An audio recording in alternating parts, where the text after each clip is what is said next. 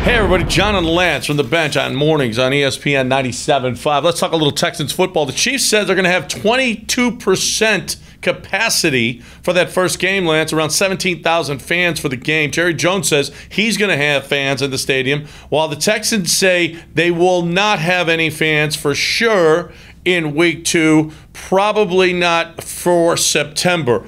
What do you think? Fans in the stands this year or no for the Texans? I think, yeah, there will be fans in the stands. Kind of interesting, isn't it, that some teams are saying yes, some teams are saying no. I understand it can be regional in terms of how the COVID is affecting that particular region. I know our numbers have come down here over the last week to 2 weeks here in Houston specifically. But, yeah, I think it'd be crazy to think that getting to 20 to 22% capacity. If we just said 20% capacity, you're looking at 15,000. I think that's very doable. You could park people in the silver lot, the blue lot. Whatever the lots are that are right there, the platinum and the blue that are right there up against the Energy Stadium, and you can almost do just like you do at restaurants when you're on a wait. And they text you when it's your turn. That's how they could get people to come in. Once these saliva direct tests are available to the general public, which I think is going to be fairly quickly, you could get tested that way. Or if they didn't have any tests at all, they could do masks. But I do think that now that we have a test that has been FDA approved for saliva, that has a fast turnaround and that is inexpensive, and you can test them almost anywhere as long as there is, an accredited lab that has to get it through the people at Saliva Direct.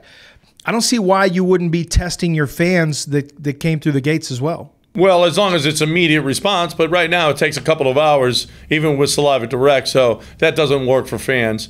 The hardest part is going to be getting people in and out of the building without them hurting, because you've been in it, I've been in it, leaving the building,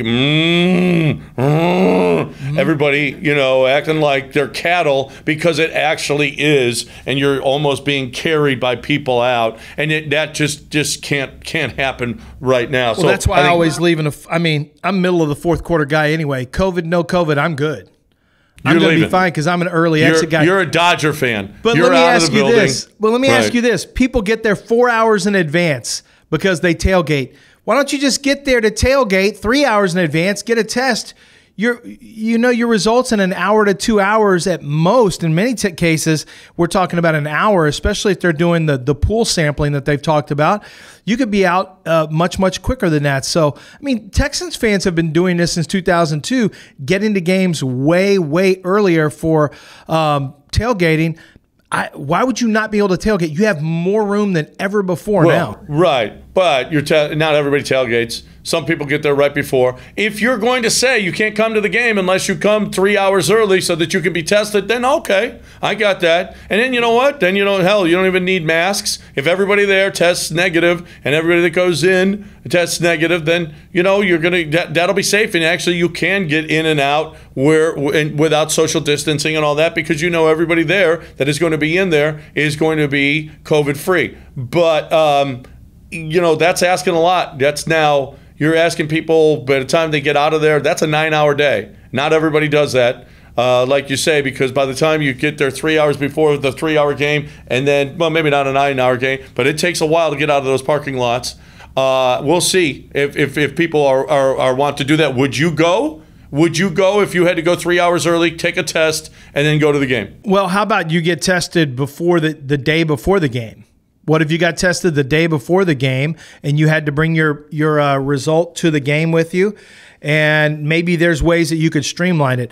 Yeah, I would absolutely do whatever I had to do to go to a game if I really wanted to get to a Texans game. I don't know if that's where I am right now, where I really can't wait to see this particular Texans team. But yeah, I would do that. I think fans do it anyway with tailgates. I think you could still have your tailgate stuff going on out there. I think there could be testing done the day in advance. The way it sounds to me, you might be able to go to multiple testing sites, in a very short period of time. We may have something like that available. So I think that's something you brought up that I'm working through right now is getting in can be done through, I think, a text setup where you say, okay, group 1, come on in. Group 2, come on in. Group 3, come on in. You've got a couple different entry points, and I think you can very safely space yourself out. Getting out's the trickier part, because if everyone wants to leave at the same time at the end of the game, it's just 20%. I get that, but I think you still there's going to have to be a protocol developed. It's still a lot of people. It's still everybody leaving at the same time for the most part, except you. You'll be out of there early because you're just like a Dodger fan. Congratulations.